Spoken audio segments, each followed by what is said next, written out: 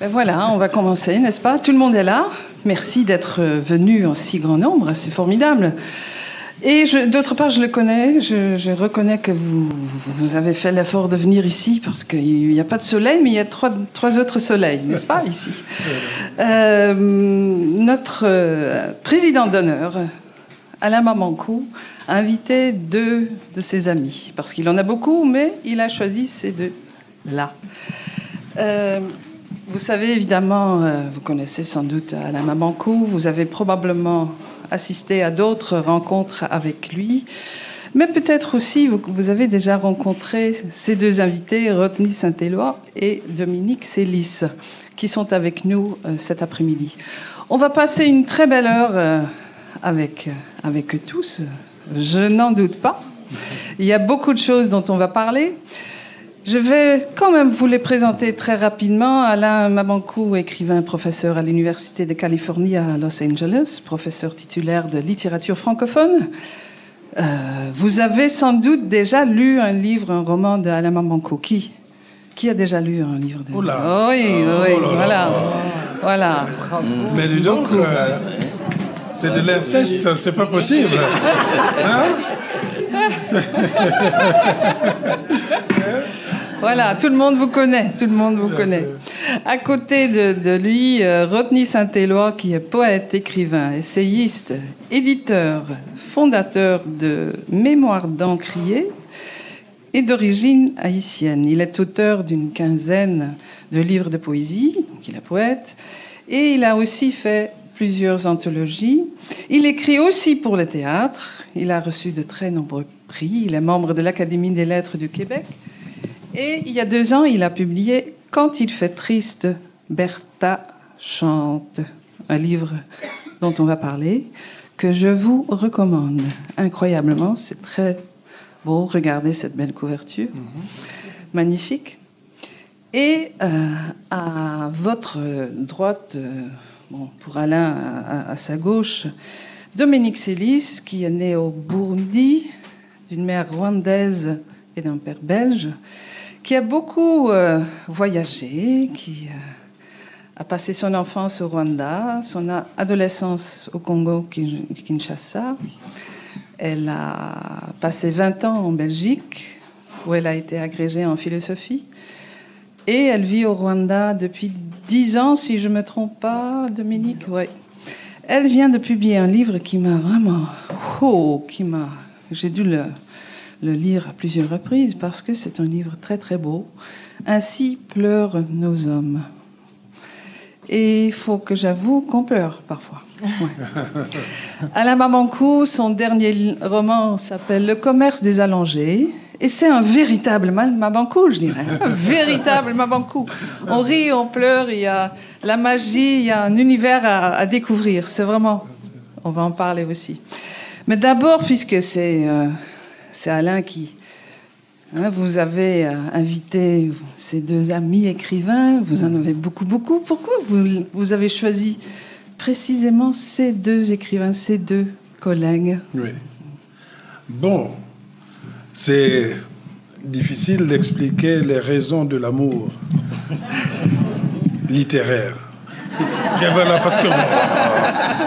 parce que vous étiez déjà en train de dire qu'est-ce que c'est que ce ménage à 3. Non, je pense que fort de l'expérience que j'ai acquise en étant directeur du festival Atlantide à Nantes, qui est devenu un des grands festivals en France, je connais beaucoup d'écrivains dans le monde entier, quel que soit leur lieu géographique et quel que soit leur imaginaire. Mais en l'occurrence, Dominique Sélis et Rodney Saint-Éloi, je les ai choisis parce que je trouvais injuste et peut-être même dommage que le lectorat ne puisse pas avoir accès à ces 2 imaginaires en effervescence, à ces 2 imaginaires qui savent lier la prose, la poésie, le regard à l'intérieur des sentiments des personnages et aussi la croyance que la littérature peut nous sauver des injustices de cette terre et nous permettre aussi de comprendre ce qui nous divise pour que nous puissions nous réunir. Les deux écrivains qui sont là sont des vrais écrivains. Il est authentique. Elle est vraie, parce que je voulais équilibrer le genre, hein, parce que après, ma banco a été masculin, pluriel, voilà, c'est terrible, quoi. Hein. Voilà. Donc, Rodney Saint-Éloi, je le connais depuis fort longtemps, puisque il est l'un des rares personnages sur cette terre qui a toujours gardé une chambre pour moi dans sa maison. Et voilà, à l'époque, j'étais étudiant du côté... Non, je venais d'arriver aux États-Unis dans le Michigan et je ne voulais plus rester dans le Michigan à cause de la petitesse, peut-être de la ville d'Ann Arbor, et je voulais migrer du côté de Montréal. Et il était déjà là, avait commencé sa maison d'édition. Et pour accompagner sa maison d'édition, je lui avais donné à l'époque un recueil de poèmes qu'il avait publié à cette époque-là, quand les contrats ne se faisaient pas avec du papier, c'était verbal. J'arrive, voilà. Il dit, tout le jour, il me suivait, mais on signe le contrat. Je dis, j'ai pas envie de signer le contrat. Tu as créé une maison, tu publies, et puis un jour, si ça marche, c'est les grandes maisons qui vont acheter. Et bon, il a publié ce recueil de poèmes. Et puis, quand ma poésie a commencé un peu à marcher, il a vendu tout aux éditions du Seuil. C'est pour ça qu'il a pris un peu l'embourgeoisement littéraire. Voilà. Voilà. Et donc, non seulement c'est un grand éditeur sur la place, parce qu'il n'a pas publié, il a publié aussi Dany Laferrière, il a publié Louis-Philippe d'Alembert, il a fait découvrir beaucoup d'auteurs du côté du Canada, et il est là-bas vraiment membre de l'Académie québécoise, là-bas, qui est l'équivalent de l'Académie française. Donc c'est un des personnages essentiels du paysage littéraire québécois. Donc, non seulement c'est un ami, mais chaque fois que je me promène, j'ai l'impression de me promener avec moi avec un monument de la littérature de cet espace. Donc, son livre, qui est vraiment un grand hommage à la femme en général, qui est un grand hommage peut-être à celles qui peuvent revendiquer être notre lieu exact de naissance. Vous voyez, dans Berlin, c'est par la mer que vous êtes venu. Comment un enfant peut pleurer sa mère sans pourtant verser dans le pathos. Donc, c'est ce livre-là, il vient le présenter, ça me fait plaisir. Dominique Célis, on s'est vu au Rwanda, j'avais vu cette sorte de femme solaire qui arrivait. Je m'étais dit, bon, qui c'est celle-là? Dominique Célis. Et j'étais resté émerveillé, tranquille, à la regarder, et je l'ai écoutée avec patience. Je me suis dit, celle-là, on va entendre parler de sa littérature. Elle a beau se cacher, nous cacher le diamant qui se trouve dans ce livre, nous allons le découvrir. Et pendant qu'on était en train de faire la programmation à Nantes, j'ai sensibilisé les organisateurs qu'il y a une femme que j'ai vue à Kigali, au Rwanda, qui est arrivée. J'avais l'impression qu'on se connaissait depuis une centaine d'années. C'était une écriture éclatée. C'était un témoignage, peut-être même un regard sur ce qui se passe au Rwanda, sur les implications peut-être du génocide, mais pas que ça, c'est au-delà. La force de Dominique Célis, c'est de ne pas simplement se contenter de vouloir témoigner quoi que ce soit, mais c'est de dire que la littérature, c'est avant tout l'art de savoir tisser les sentiments et de ne laisser que ce qui fera de nous un humanisme certain. Et donc, dans ce sens, je me suis dit, celle-là, il faut qu'elle rentre dans ma famille. Il faut que chaque fois que je me déplace, je me trouve Dominique Célis de l'autre côté. Voilà. Et quand on marchait tranquillement dans la rue, j'ai dit, il faut faire attention parce qu'on croit qu'on est ensemble. Mais oui, on est ensemble en littérature. Voilà mes deux grandes voix qui sont venues vers vous et j'espère que vous leur réserverez la plus grande des surprises, à commencer par une salve d'applaudissements.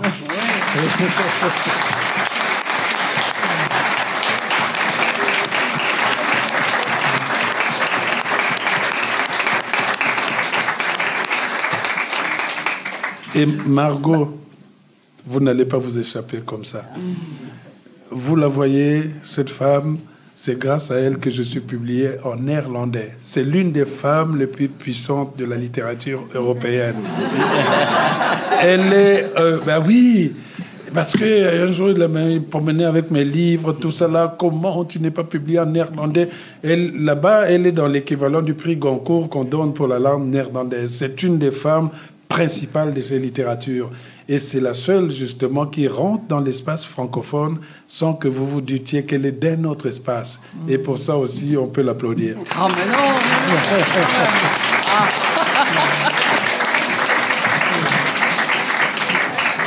mais là, personne n'osera plus se prononcer sur mais non. ce son. Il fallait vous mettre un peu de pression. Oui, on peut. Donc, il n'y a que des monuments, des diamants, en fait, sur cette table. Voilà. Et pourtant, on est très curieux de savoir, de connaître un peu plus tes amis. On vous connaît, votre œuvre, mais Dominique, votre livre « Ainsi pleurent nos hommes », comme j'ai dit, j'étais vraiment très impressionnée. Bravo, effectivement, monument, diamant, tout est vrai. Mais c'est un premier roman aussi qui est encore plus remarquable. En fait, dans votre livre, il y a beaucoup d'éléments, mais disons, le fil rouge, c'est un livre dans lequel on fait connaissance d'Erika, une jeune femme qui souffre d'une rupture amoureuse. Celles-là, on les trouve plus souvent, évidemment.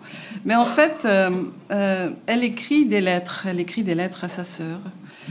Et en même temps, on est à Kigali en 2018, où on découvre au fur et à mesure le véritable sujet de votre roman. Parce qu'évidemment, c'est cette Erika qu'on suit, sa sœur, mais il y a beaucoup plus à découvrir, n'est-ce pas? D'abord, pourquoi vous avez choisi cette forme de lettre? D'abord, bonjour à tout le monde. Merci, Président. Margot Rodney.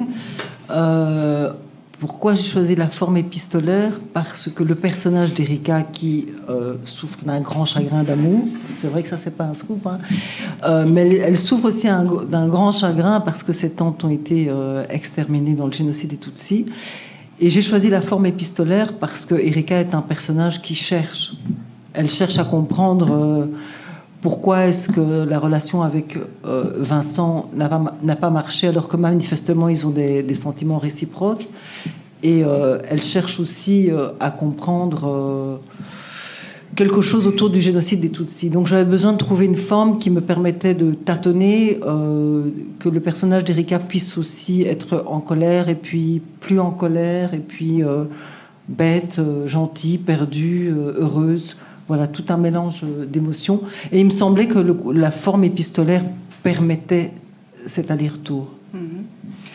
En fait, il ne s'agit pas juste de cette rupture, de ce mal qui la ronge, cet amour qu'elle veut comprendre. Il s'agit de beaucoup plus. Il s'agit surtout, et je veux dire un peu maladroitement, à vivre avec les souvenirs de la génocide, en fait, n'est-ce pas? C'est ça le cœur de votre livre. Vous ne l'avez pas vécu, j'imagine. Vous êtes né après, vous êtes né en 70, si je ne me trompe pas.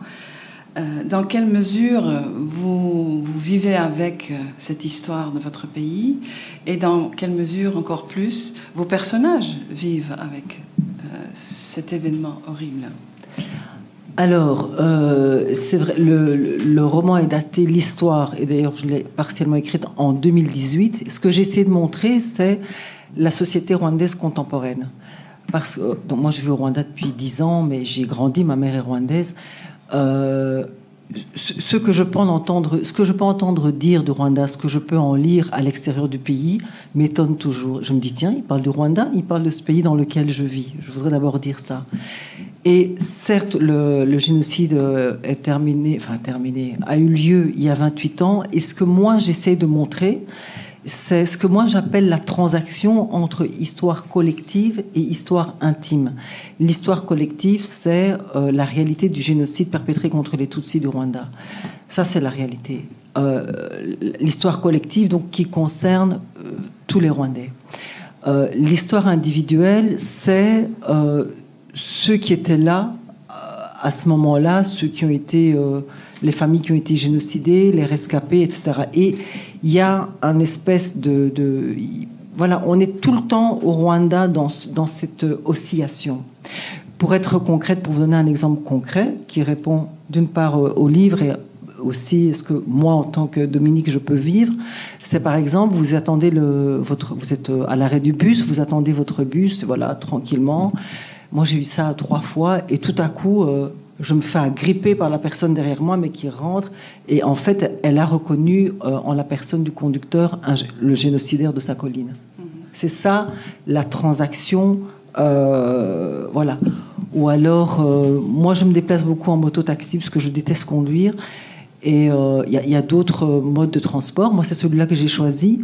Et après toutes ces années, j'ai fini par identifier un motard, comme on dit chez nous, qui est vraiment fiable, ponctuel, etc. Et bon, dès le départ, il y avait un certain nombre de questions que je me pose, mais dans la vie contemporaine au Rwanda, vous ne demandez pas, toi, tu es où? Et suite à un certain nombre de discussions très gentilles dont je vous fais l'économie, je lui demande un jour, je lui dis, au fait, toi, tu as quel âge? Parce qu'en fait, il m'explique qu'il était enseignant et qu'il a trouvé préférable de devenir motard. Donc, vous pouvez imaginer, chaque fois que vous vous asseyez sur une moto, vous risquez de mourir. Hein. Même si... Mais oui, enfin, vous allez me dire, on peut mourir, on n'a pas besoin de monter sur la moto. Mais même si c'est tout le monde a son casque, etc., c'est organisé. Et quand il me dit ça, bon, je connais mon peuple. Hein, je me dis, tiens, toi, tu es enseignant, tu préfères être motard. Ok. Et je lui dis, tiens, tu as quel âge, toi?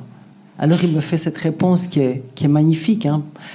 Et il me dit, il me regarde et il me dit, Demi, est-ce que tu penses que si je te dis mon âge, ça va améliorer notre relation? Et donc il m'a répondu. Il m'a répondu que qu'il a trompé, c'est ça, comme on dit chez nous. Ben voilà, c'est ça.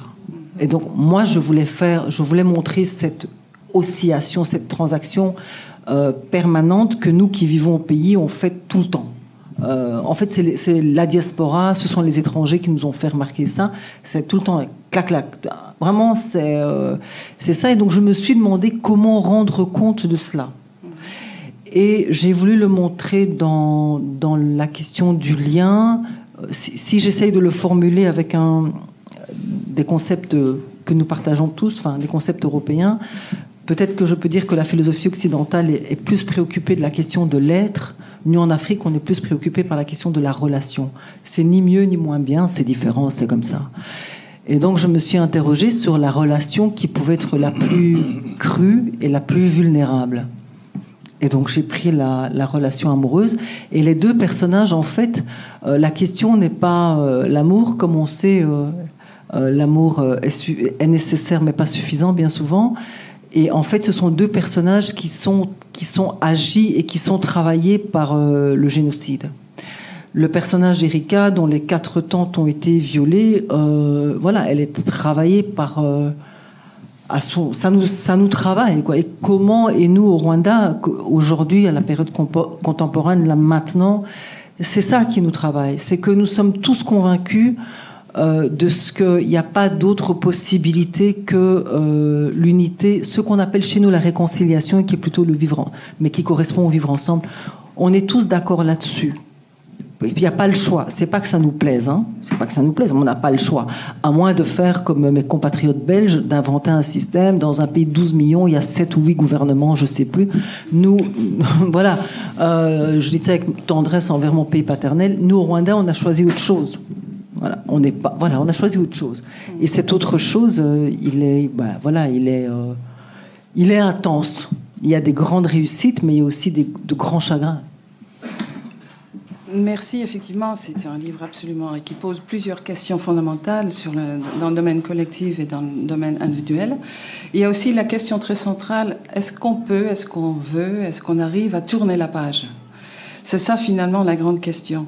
Ce que vous avez en commun, je crois, tous les trois, c'est que vous regardez l'histoire de votre pays, là où vous êtes né, pour vous approprier cette histoire.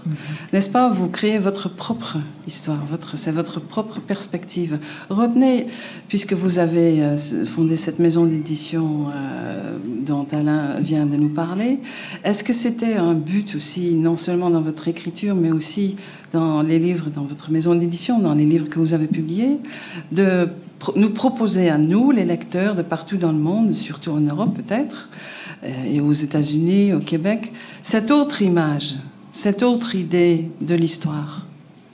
Oui, merci. Merci Margot. Merci Alain. Merci à vous toutes et tous.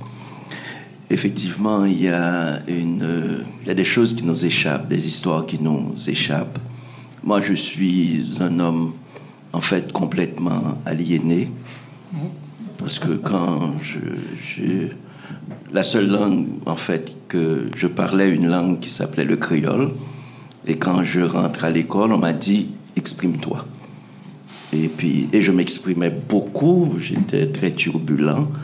On m'a dit de m'exprimer, ça voulait dire de me taire. Donc, vous voyez, donc, et puis je suis complètement dans ces histoires-là, dans ces histoires duales, dans ces histoires contradictoires, où on est entre deux langues, en créole et en français, entre deux histoires. Une histoire qui raconte et qui vous détourne de votre grand-mère, de la couleur de... On vous dit, par exemple, le nègre est paresseux. Et puis, donc, on vous insulte officiellement, chez vous, et vous assumez l'insulte. Donc, je pense qu'il faut écrire pour renverser, pas l'insulte, pas parce qu'il ne faut pas renverser l'insulte, pour trouver les voies qui vous habitent. Parce que souvent, ce qu'on nous a appris, c'est le mépris de nous-mêmes, le mépris des voies qui nous sont précieuses. Et c'est pourquoi je me dis les perspectives, il faut ouvrir les archives et défaire les archives coloniales pour introduire la voix de nos grands-mères, le corps de nos grands-mères, pour savoir que nous sommes beaux, nous pouvons parler, nous avons une place à prendre. Et c'est peut-être ça, écrire ou éditer pour moi, c'est rétablir ces voix-là, rétablir ces histoires qui n'ont pas été racontées. Et je suis très proche des écrivains autochtones. On dit, je préfère le mot indien, parce que ce sont en fait, avant, on dit des sauvages. Et j'ai rencontré un texte qui était fabuleux d'une femme qui s'appelle Joséphine Bacon, qui dit « Je me suis faite belle je me suis faite belle pour qu'on remarque mes os. Et je suis venu d'un survivant d'un récit qu'on ne raconte pas. Et je pense que nous sommes tous survivants d'un certain nombre de récits qu'on ne raconte pas. Parce qu'il y a tellement de récits qu'on ne raconte pas. Et je pense que le rôle de la parole, c'est justement d'ouvrir sur ces récits, quelle que soit leur complexité, la difficulté, l'horreur de ces récits. Je pense qu'il faut qu'on les écoute. Il y a beaucoup de grand-mères dans votre œuvre qui jouent un rôle très important, n'est-ce pas? La grand-mère est vraiment la source des légendes, la source des histoires. C'est ça, dans votre livre également. Le personnage principal qui est mort. Hein, je ne sais pas si vous avez déjà eu l'occasion de lire le livre, mais on entre dans un univers d'un mort qui, en fait, n'est pas mort, qui continue un peu à vivre, mais qui a vécu jusqu'au moment de sa mort chez sa grand-mère qu'il vénère. Il y a beaucoup de femmes très importantes dans votre œuvre. Alain, la grand-mère dans votre roman, est-ce que vous pourriez nous en parler? C'est qui cette dame pour votre personnage principal? Ça peut être aussi peut-être la grand-mère de Rodney. Oui. Ça peut être peut-être aussi la grand-mère de Dominique. C'est ce que j'ai toujours pensé que en Afrique, la femme occupe une place centrale et la hiérarchie est toujours respectée. Vous avez une mère, vous pouvez craindre votre mère, mais vous redoutez la grand-mère parce que c'est la grand-mère qui a donné à la mère la puissance. Oui. D'un côté, il y a la flamme et de l'autre, vraiment, il y a le volcan. Donc, la grand-mère, pour moi, c'était lorsque j'allais dans le village de ma mère à Loboulou, parce que moi, je suis citadin. Je suis de Pointe-Noire, il y a les voitures, il y a les avenues, il y a les vélos, il y a tout. Et brusquement, pendant la saison sèche, c'est-à-dire vers juillet, août, si vous dites l'été, nous on dit la saison sèche parce qu'il n'y a pas encore la pluie, on allait au village. Et j'avais cette sorte de grand-mère qui était là et qui n'était jamais là. C'est-à-dire que sa présence à la fois me rassurait lorsqu'elle était là, mais même lorsqu'elle était partie, elle avait réussi à me convaincre qu'elle serait toujours là. Donc même si je voulais voler quelque chose dans le grenier, je ne le faisais pas parce que je pensais que l'œil de la grand-mère était partout.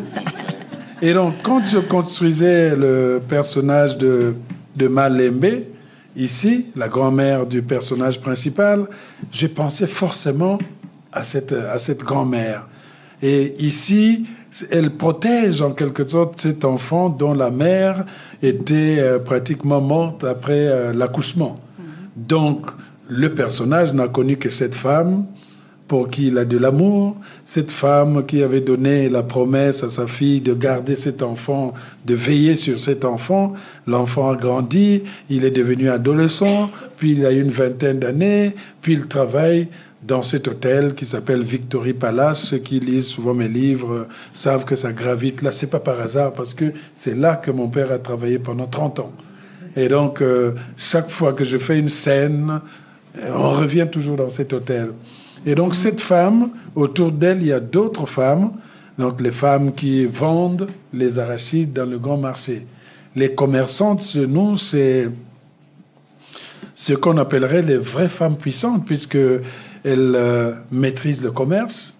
Elles font la concurrence au commerce des hommes, parce que les hommes vendent la quincaillerie, les métiers un peu durs, la viande où il faut bien couper. Et les femmes sont là dans les fruits, les légumes, les bananes, les arachides. Bref, ce qu'on achète vite et peut-être ce qui fait l'économie de Pointe-Noire.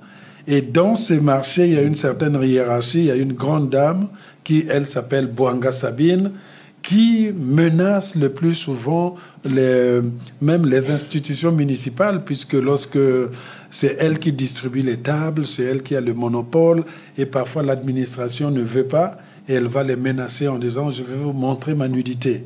Montrer la nudité, c'est la sommité des horreurs en Afrique centrale, au Congo-Brazzaville.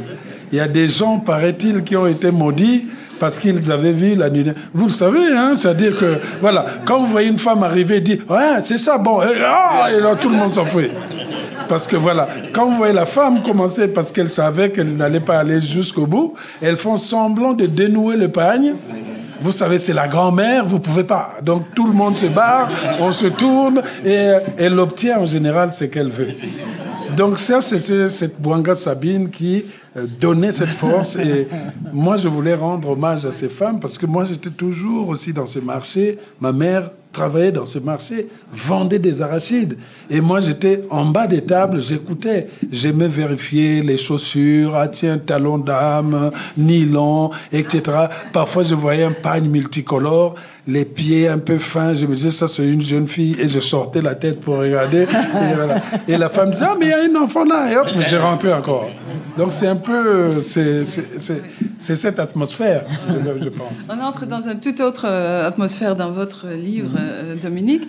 Et d'autre part, je voudrais vous demander de lire quelques pages pour qu'on ait une idée de votre univers et de votre style aussi. Parce qu'il y a un style qui... C'est pas de la prose, c'est pas de la poésie, mais il y a du staccato là-dedans, il y a une force incroyable. Et pour avoir une idée de ce que vous avez écrit ce jour-là, en 2018, ce jour-là, donc la lettre, est-ce que vous voulez lire une partie de cette lettre parce qu'il y a une force.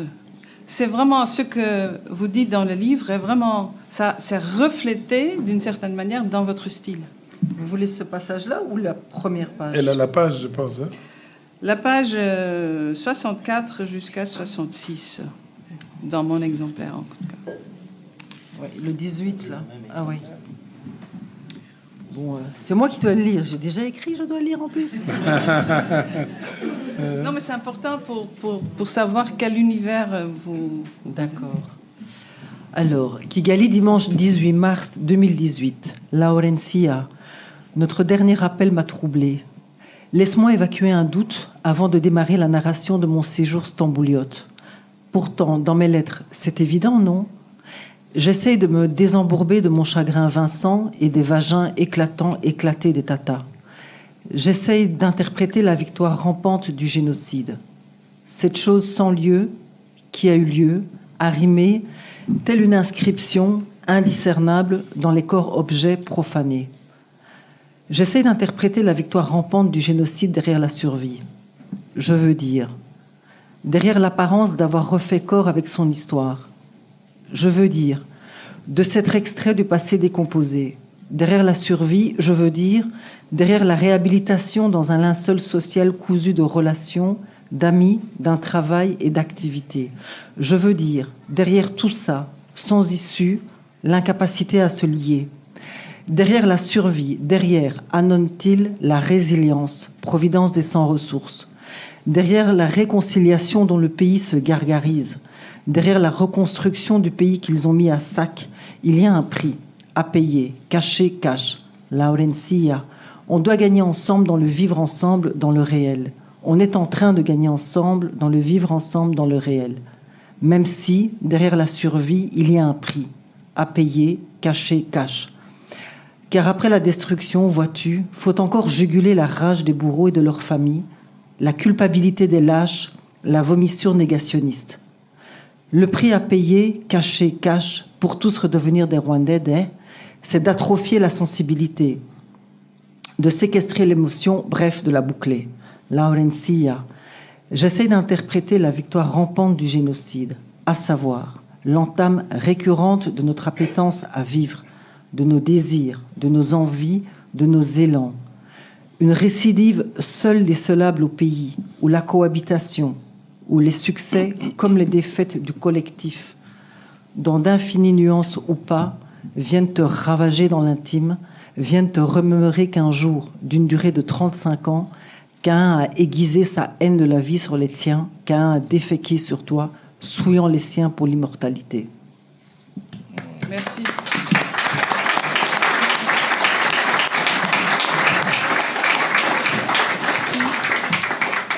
Comme ça, vous avez une idée de votre style. Il me semble que... En tout cas, moi, j'ai senti là... Comment vaincre le silence, en fait. C'est tellement difficile d'en parler que vous avez trouvé ce moyen-là pour parler de l'atrocité d'une certaine manière. C'est une manière de vaincre le silence pour moi. En fait, c'est pas si difficile d'en parler. Et au Rwanda, contrairement à ce qu'on pense, on n'arrête pas de causer dans le format de la culture. La vraie question, c'est pourquoi est-ce que c'est si difficile d'être entendu ?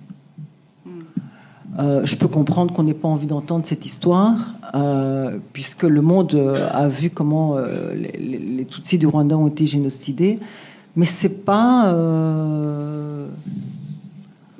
impossible d'en parler.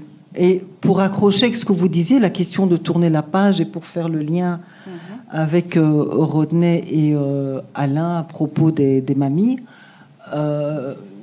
au Rwanda, qui est-ce qui veut tourner la page ? Ce sont les bourreaux, leurs familles, pour des raisons qu'on peut imaginer. C'est aussi les pays occidentaux qui ont été acteurs, la France, la Belgique sont dans le passé, puis bon, bref, tout ça. Mais nous, on ne veut pas tourner la page. Parce qu'en fait, pourquoi est-ce qu'on ne veut pas tourner la page ? C'est certainement pas pour se gratter les plaies. C'est vraiment pas le style du pays. Nous, on ne veut pas tourner la page parce que sur la page, il est écrit justement nos grands-mères. On parle de nos grands-mères, on parle de notre histoire. On parle en fait de tout ce qui nous a constitués. Alors, j'espère que vous n'avez pas de grand chagrin, de grand deuil, mais pourquoi est-ce qu'on a arraché la page ? Nous, on ne veut pas. Et vraiment, j'insiste, c'est pas du tout dans une intention de complainte, c'est juste ça, non, de plainte, hein.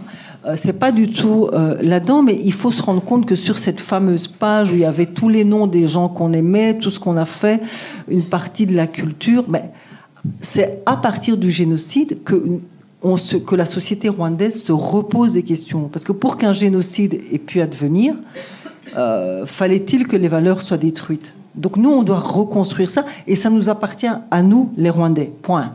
Pas aux autres, à nous.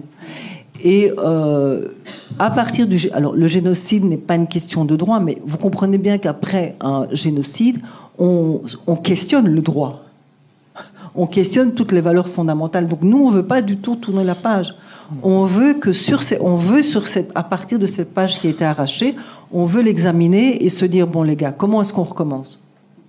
Voilà. Mais nous, on veut bien parler. Et les Rwandais parlent, mais dans le format de la culture. Quand je dis le format de la culture, pour finir là-dessus, on ne s'invective pas. On se parle courtoisement, dans un cadre, dans un contexte, et les choses se disent, et des choses difficiles se disent, mais pas comme ça. Si j'ai un conflit avec Margot, je ne vais pas régler mon conflit avec Margot comme ça. Je vais demander à Margot ce qu'elle veut bien qu'on ait une discussion. On va établir une méthodologie, si je peux dire, et puis on va s'entretenir, voilà. Mais nous, on est prêts à parler. Il n'y a pas de problème. Rodney aussi, vous êtes sans doute prête à parler. Vous parlez beaucoup de votre mère dans votre beau roman. C'est un livre qui est un peu plus ouvertement autobiographique, je dirais, comme l'a dit Alain. C'est vraiment un hommage à votre mère, n'est-ce pas? C'est une femme qui est morte aux États-Unis à 72 ans, une femme absolument formidable et en même temps modeste, une travailleuse pleine d'énergie et plein de proverbes aussi, d'une force incroyable, une mère de 4 enfants. Et votre livre nous livre des souvenirs d'enfance, mais aussi il nous parle de ses funérailles, mais en même temps c'est en fait une réflexion sur votre vie à vous, j'imagine, et sur le pays dans lequel vous êtes né. C'est une réflexion sur la migration, sur ce que ça veut dire de partir, sur... Il y a un passé qui sort, c'est un livre de mémoire aussi. Ce qui m'a frappé, c'est que, comme Alain, en fait, dans ce roman, vous utilisez la forme de tu dans votre livre. Est-ce que vous pourriez nous en parler? Pourquoi cette forme de tu? Oui, merci. Mais je pense que tu parles mieux que moi. Mais que tu continues. Le tu, c'est très simple. C'est parce que ma mère et moi, nous n'avons jamais eu le temps de nous parler. C'est quand elle est décédée, je me rends compte qu'on ne sait pas parler. Et il fallait réparer cette espèce de vide entre nous. Parce qu'elle travaillait beaucoup, elle avait 4 enfants, elle était seule. En fait, comme toutes les femmes en Haïti sont pratiquement seules, parce que les hommes sont absents. Donc elles sont seules, les femmes. Donc elle est là, et puis bon, le mot monoparentalité n'existe pas en Haïti. Donc, elle était là. Elle devait, comme on dit en Haïti, battre de l'eau en créole pour faire beurre. C'est-à-dire, elle devait tous les jours réinventer la vie. C'était à elle. Et elle ne savait pas que la vie était facile. Elle ne savait pas que la vie, c'était un jardin de roses. Elle savait qu'il fallait tous les jours, en fait, repenser la vie. Et c'est comme ça qu'elle a éduqué 4 enfants. Donc, elle n'avait pas le temps pour parler aux enfants. Et quand les gens vous aiment en Haïti, ils vous donnent à manger, ils vous regardent, mais on ne sait jamais parler. Et donc, à l'occasion de ces funérailles, donc, c'était un petit peu difficile, et en tant qu'écrivain, de se retrouver en face d'un cercueil, et dans le cercueil, c'est le corps de votre mère. Je ne sais pas si ce commerce se fait bien, Alain nous le dira, mais je trouve que c'est un peu difficile, et comme écrivain, j'ai dit, mais peut-être que qu'on peut renverser ça, peut-être que c'est l'occasion d'un dialogue entre eux. Et là, j'ai renversé un petit peu la situation en disant, mais c'est le moment de se parler. Et finalement, on va se dire les vraies choses. Et on a commencé à se parler de l'enfance, à regarder, parce que je pense aussi, ce sont des voix qu'on n'a pas trop écoutées. Ce sont des voix qu'on nous a pas... C'est des voix qu'on nous a apprises à détourner. Et je disais, mais si je lisais beaucoup Hannah Arendt, je lisais Victor Hugo, je lisais, en fait, Puis je dis, comme disait Victor Hugo, comme disait, etc., Lamartine, comme disait Musset. Puis je me suis dit, et si je disais comme disait Bertha? Et puis c'est parti comme ça, comme disait Bertha. Et puis j'ai dit, je vais donner honneur et respect à Bertha, simplement en l'écoutant, parce que je me rends compte que je n'ai jamais écouté cette femme qui m'a tout donné, et même le verbe donner. Donc, et puis je me suis mis à écouter Bertha. Donc, naturellement, quand j'ai écouté Bertha, comme Alain disait, il y a le feu, mais il y a aussi le volcan. J'ai dû écouter Tida, et puis j'ai dû écouter, en fait, toutes celles qui m'ont précédé, toutes celles grâce à qui j'existe. En fait, c'est une manière de dire merci, parce qu'on se plaint beaucoup, mais des fois, on n'a pas dit merci, parce que ce sont des gens qui ont inventé, parce qu'elles ne savaient pas que ça existait, elles ne savaient pas que je serais là avec vous. Donc, et je pense que c'est comme si Bertha disait, Bertha, Tida, Kontita, elles étaient très pauvres, elles se mettaient ensemble pour faire de moi un être humain. Peut-être pour vous rencontrer, Margot. Oui, quel plaisir. Oui. Et ce qui est extraordinaire dans son livre aussi, c'est le fait que ça éclate de vie, oui, alors exactement, que ça nous parle de la mort. C'est ça qui est extraordinaire. Peut-être c'est un secret caché quelque part dans un bosquet haïtien où on est capable vraiment de survoler la mort pour faire le portrait peut-être de la mère la plus viveuse que j'ai jamais lue dans la littérature haïtienne. Et Dieu sait que j'ai tout lu, de Stéphane Alexis, de Laferrière, de Trouillot, mais même bien avant, puisque la littérature haïtienne est même parfois plus vieille que certaines littératures d'ici. Quand la littérature des Africains commençait, les Haïtiens, ils étaient déjà loin, ils avaient publié des choses, ils avaient fait des révolutions, ils étaient la première république noire. Et c'est là peut-être que Bertha, pour moi, est le prototype de la mère universelle, qui montre l'indépendance de la femme face aux gémissements qu'ont certains. Dès qu'ils ont même un demi-enfant, ils commencent déjà à criailler. Alors que là, vous avez une femme qui ramène à elle seule le monde, parce qu'elle a une exigence telle que les enfants se disent « Mais non, on ne peut pas être comme ça », mais parce qu'elle veut la droiture. Et elle a réussi son travail, puisque ses enfants sont devenus vraiment des vrais enfants de Bertha. Et ça, moi, quand j'avais envoyé un mot, l'éditeur Héloïse d'Ormesson, j'avais dit que Rodney Saint-Éloi venait d'écrire son livre de ma mère, comme avait fait Albert Cohen en son temps. Et j'ai pesé mes mots. Et Dieu sait que je lis tous les jours le livre de ma mère d'Albert Cohen. Et celui-ci vient maintenant faire concurrence à côté. Voilà. Chaque fois que je vais lire mon Cohen, je dis, tiens, il y a Bertha qui me regarde. Voilà. Mais effectivement, d'où le titre d'ailleurs. Quand il fait triste, Bertha chante. Ça dit déjà la chanson, la vie. Est-ce que je peux vous demander de lire un extrait, s'il vous plaît, Rodney? Oui, je vais lire un extrait. C'est la page 99, je pense, c'est ça. 97. Bertha, oui. Bertha et sa chanson. Juge, j'aime bien. Que le juge me juge bien. C'est une chanson interdite que tu chantes à tue-tête. Tu chasses quelques grosses tristesses, t'installes frontal au bout de cette douce mélodie. Dans ta maison, la dictature se tient loin. Elle est interdite, la dictature, dans ta tête et dans ton corps.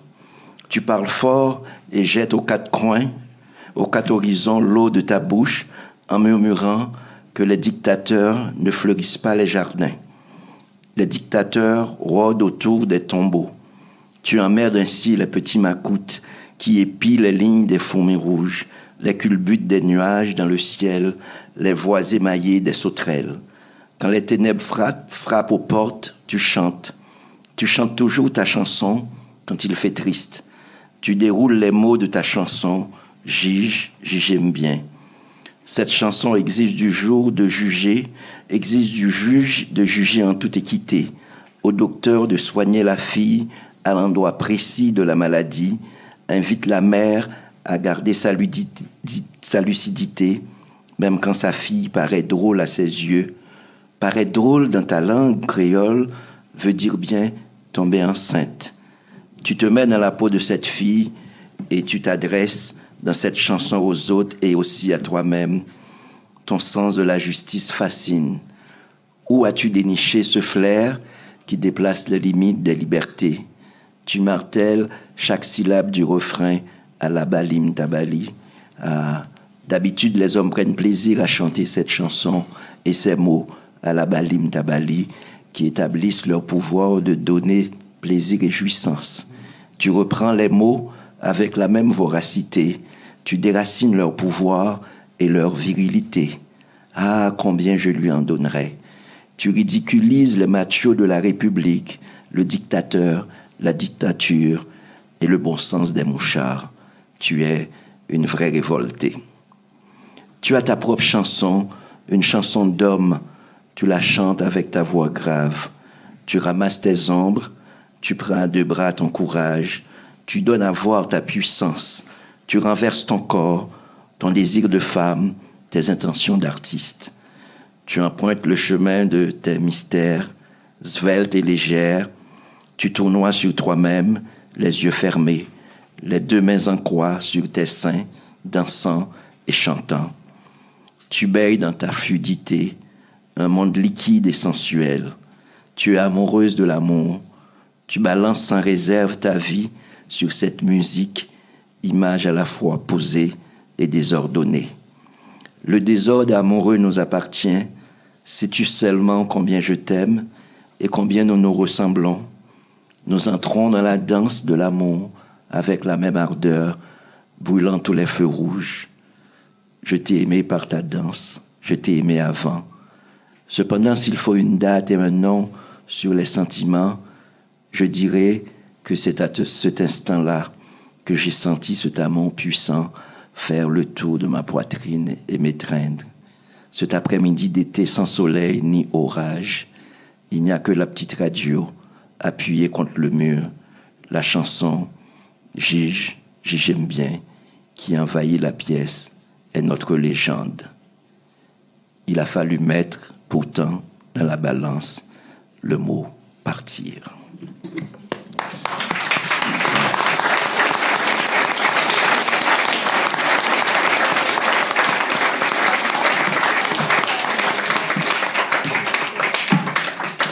Merci beaucoup, Rodney. C'est émouvant. Parler comme ça à sa mère, c'est vraiment incroyable. Oui. Et pourtant, Alain, vous aussi, vous parlez dans la forme du tu, n'est-ce pas? C'est la parenté. On est Exactement, ça se voit. Mais vous parlez peut-être pas à votre mère, non. Même si vous citez les légendes de votre mère en exergue de votre livre. Il y a ce personnage qui donc habite chez sa grand-mère, qui fête l'indépendance de ce pays le 15 août, et à qui il arrive quelque chose. Vous gardez le secret jusqu'à la fin du livre. On se demande en lisant, mais comment il est mort, celui-là?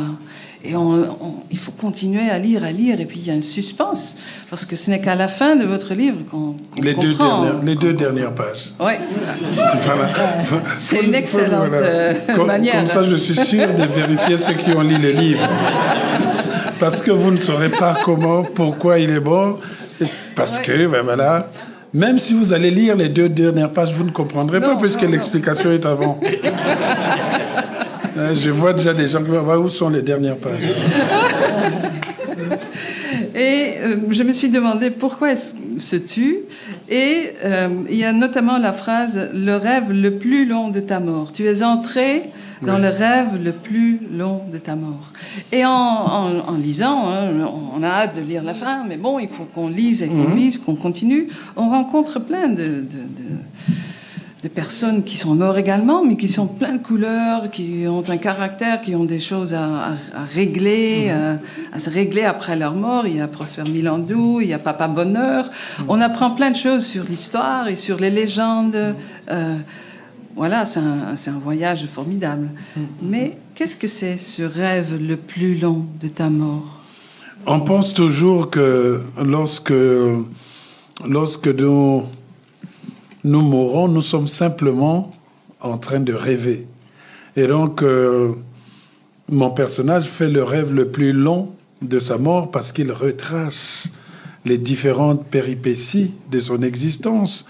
Il n'est pas étonnant pour nous qu'on puisse assister justement à ses propres funérailles. On a toujours pensé que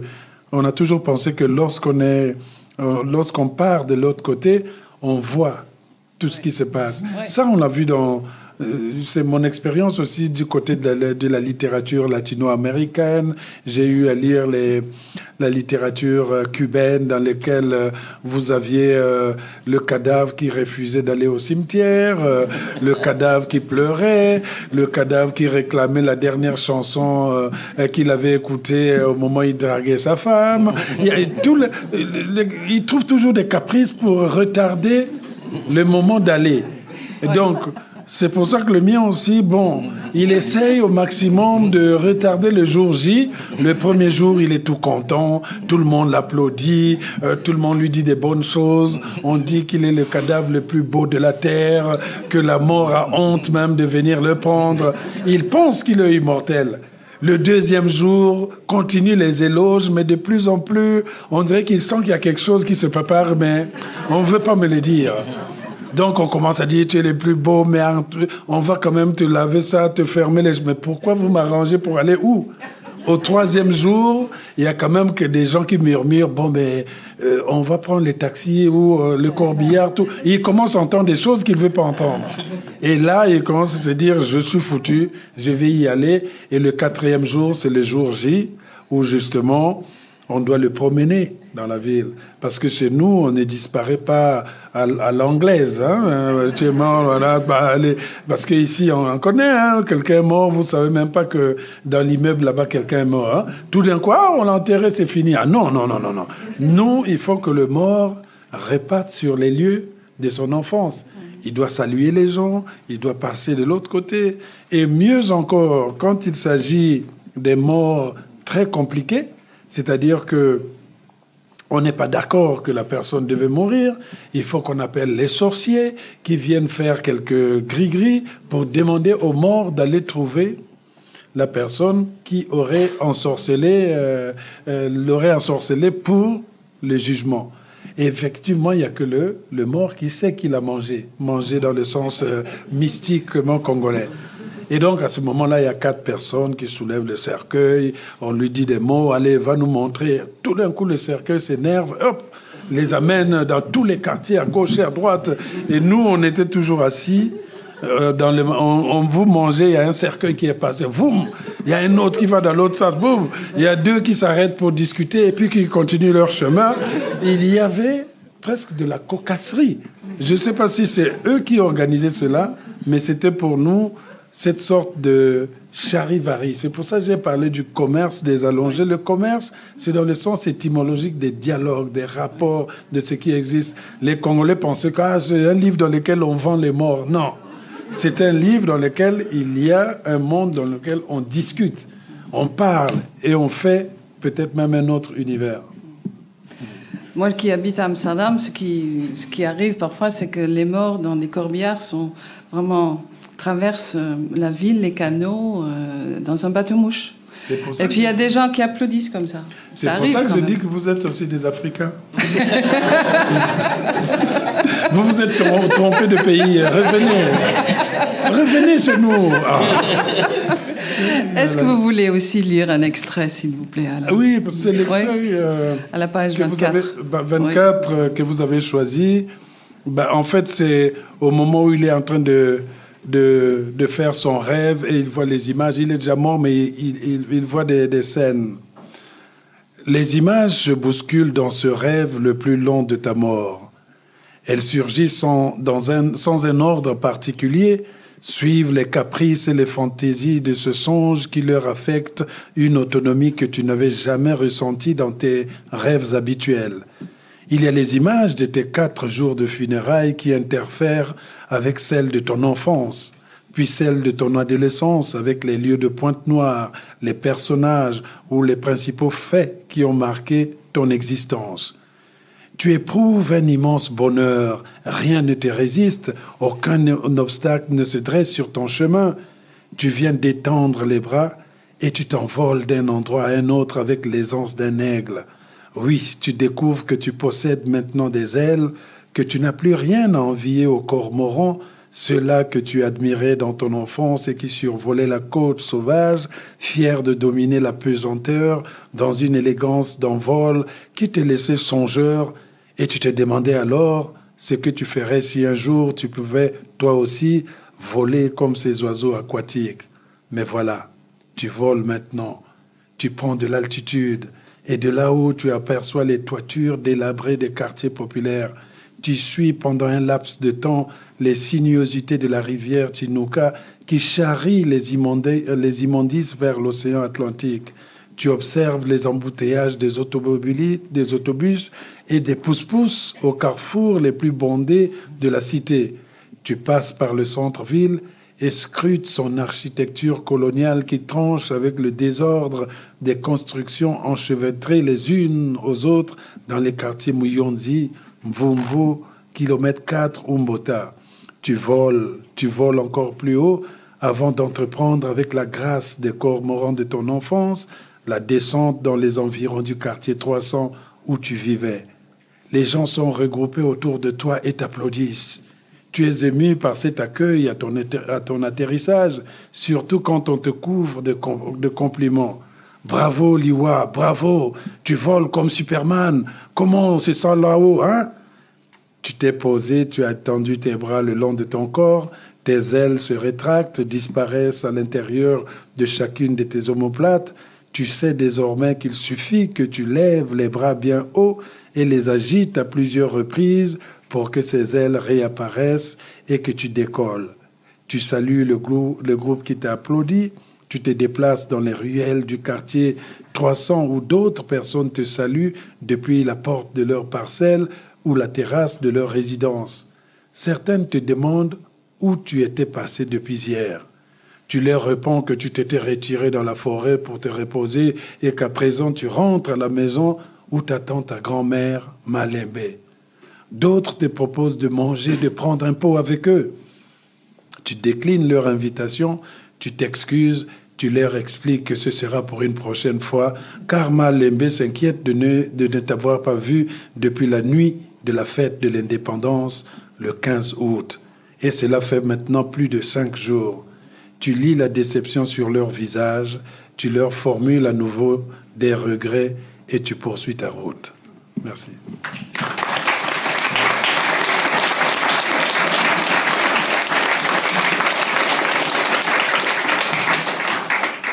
Il est déjà 16h, 4h, malheureusement. Mais bon, le temps passe vite. Il y aura la révolution. Hein. Il y aura, oui. C'est-à-dire, on continue encore 1 heure ? Ah non, on a les trains. Hein. Dans ce cas-là, je vous remercie énormément. Vous allez signer vos livres, je pense, dans l'attente du lac. Merci énormément d'avoir partagé avec nous vos idées, vos livres. Continuez à écrire sur votre histoire. On en a grand besoin. Merci beaucoup. Merci beaucoup.